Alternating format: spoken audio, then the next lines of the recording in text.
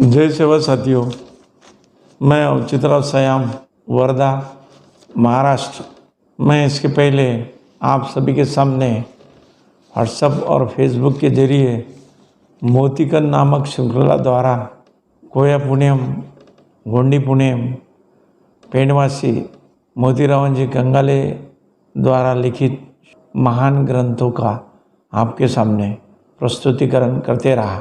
साथियों, इस नई पीढ़ी को मोबाइल द्वारा समझाने हेतु हम लोगों ने अभी YouTube के जरिए औचित्यवाणी नामक एक श्रृंखला के द्वारा इस गोंडी पुण्यम को आपके सामने प्रस्तुत करने का निर्णय लिया है।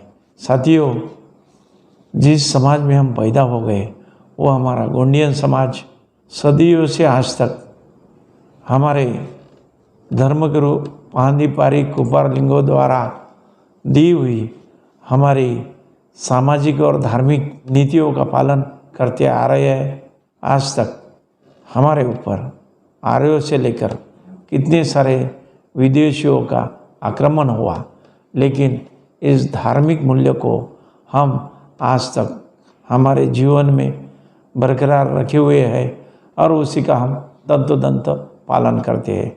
साथियों, इस कोया पुण्यम को, इस गोंडी पुण्यम को आप सभी के सामने हम लोग इस श्रृंखला के द्वारा लाना चाहते हैं, ताकि आपके घर में जो नई पीढ़ी बढ़ रही है उसे हमारी कोया पुण्यम नीति, हमारी गोंडी पुण्यम नीति, हमारे धर्मगुरु पांदीपारी कुपारलिंगो और साथ ही साथ में मूला शंभू, माता जंगो रायतार, माता काली कंकाली, हीरा सुखा पाठालीर, इन सभी के द्वारा जो नीति को बनाया गया है, जो धार्मिक मूल्य हमारे जीवन के लिए उन्होंने दिए हैं, जिसे आज आधुनिक युग में कस्टमरी लॉ बोला जाता है, उस लॉ को इस औचित्यवाणी सीरीज के द्वारा आपके सामने प्रस्तुत हम करने जा रहे हैं।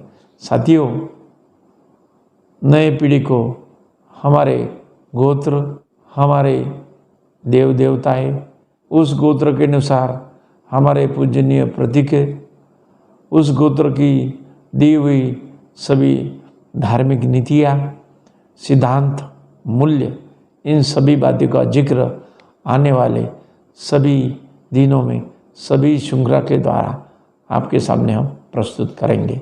साथियों, कोया पुण्यम नीति को समझाने के लिए उस रचयिता का परिचय, उस महान धर्मगुरु का परिचय आपको होना बहुत ज़रूरी है। साथियों, आप सभी को ज्ञात होगा कि इस प्रकृति में कोयामुरी द्वीप था, उसमें उम्मा गुट्टाकोर, एर गुट्टाकोर, सई गुट्टाकोर और ऐफोका गुट्टाकोर, ऐसे 4 संभाग उस ज़माने में थे।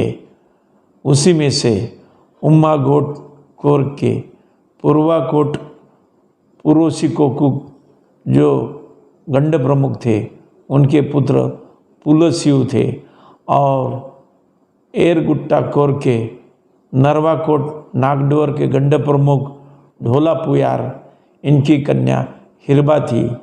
पुलसियु और हिरबा का विवाह हो गया। यही दोनों पांदीपारी कुपारलिंगो के पिताजी और माताजी है। पांदीपारी कुपारलिंगो के पिताजी का नाम पुलसियु है और माताजी का नाम हिरबा है। इन दोनों के विवाह पश्चात 5 सालों में उनके यहाँ कोई संतान नहीं हुई थी। उन दोनों ने प्रकृति से मन्नत मांगी थी कि हमारे घर जो भी नवजू पैदा होगा उसे सभी जीवों की, पशु पक्षियों की, प्राणी मात्राओं की, पेड़ पौधों की, वेल और लताओं की, दृश्य अदृश्य शक्तियों की, इस पूरे विश्व की बोली भाषा, उनकी हलचल और इंद्रिय के हाव भाव समझने की क्षमता उस नवजात शिशु में होना चाहिए, ऐसा जो हमारे घर में निर्माण हो। इसलिए इन दोनों ने इस प्रकृति से प्रार्थना की थी। सतियों 5 साल बाद उनके घर में जो नवजात शिशु पैदा हुआ उसका नाम उन्होंने कुपार रखा। कुपार का अर्थ शुद्ध तत्व होता है जो कभी अशुद्ध नहीं होता, और उसे रूपालोंग भी कहते थे। रूपालोंग यानी चांदी जैसी शुद्धता वाला, उसके चेहरे पर चांदी जैसी चमक थी, इसलिए उन्हें रूपालोंग भी कहा जाता था। उनका बचपन काफ़ी राजयोग में चला गया। उनके गुरु का नाम कुपार मोदी था। साथियों, उन्होंने पूरा युद्धाभ्यास, युद्ध की नीति, युद्ध की चालें सभी समझाई, सभी बातों में उन्हें प्रवीण किया, राजनीति में उन्हें प्रवीण किया। 15 साल के जब वे थे तभी वे युद्ध पर चले गए थे। जब उन्होंने देखा कि युद्ध में उनके सैनिकों की भारी ऐसी मौत हो गई तब उन्हें बहुत बुरा लगा, और 15 साल के बचपन में ही वो अपने पिता पुलशु जी के साथ, जो पूर्वाकोट के गंड प्रमुख थे, उनके साथ वो राजनीति में माहिर होते चले गए। साथियों, उन्होंने अपने पिताजी से कहा कि इस विश्व में, इस प्रकृति में ये सब चीज़ें क्यों होती है, क्यों दुख और दर्द है, इसे ढूंढने हेतु मैं पूरा भ्रमण करना चाहता हूँ। पिताजी ने उन्हें सम्मति दे दी।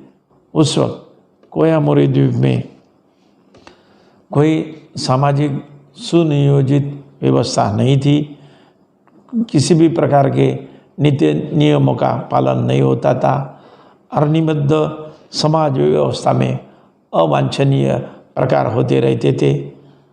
अनैतिकता का और अनियमितता का साम्राज्य सभी ओर फैला था।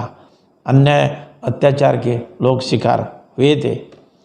अपनत्व, प्रेम भाव, बंधुभाव एवं सहकार्य की भावना किसी प्रकार के लोगों में नहीं थी, और स्वजीवन, स्वपरिवार और स्वीय जान माल की रक्षा, इसके बारे में लोग स्वार्थी बन गए थे।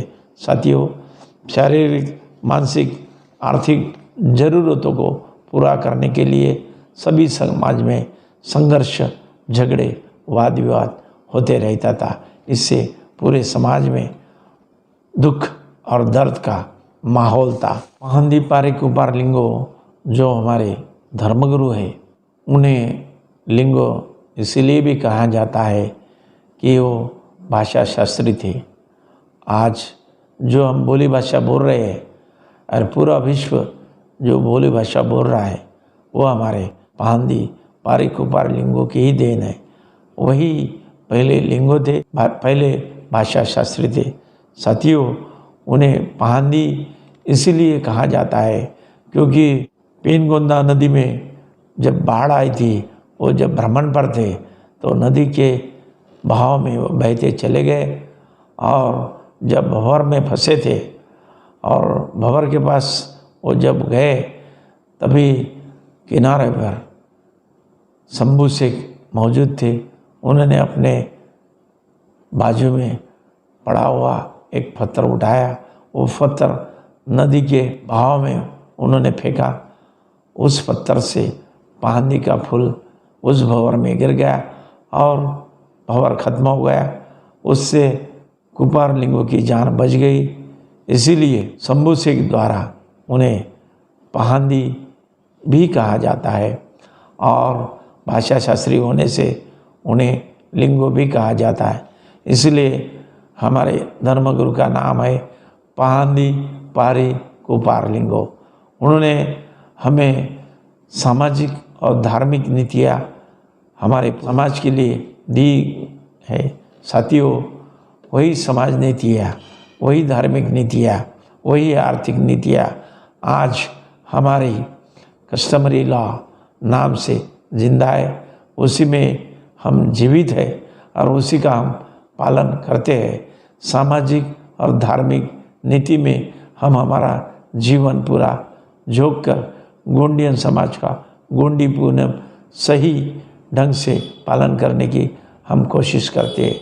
साथियों, ये हमारी सीरीज औचित्यवाणी नाम से हम आज से शुरू कर रहे हैं। साथियों, अपने परिवारों में जो नई पीढ़ी है उसे ज़रूर सुनाइएगा और यह हमारा प्रयास अगर आपको पसंद आया हो तो इसे कृपया सब्सक्राइब करें, लाइक करें, शेयर करें और साथ ही साथ पूरे परिवारों को, पूरे परिजनों को इसे सुनाने का प्रयास करें।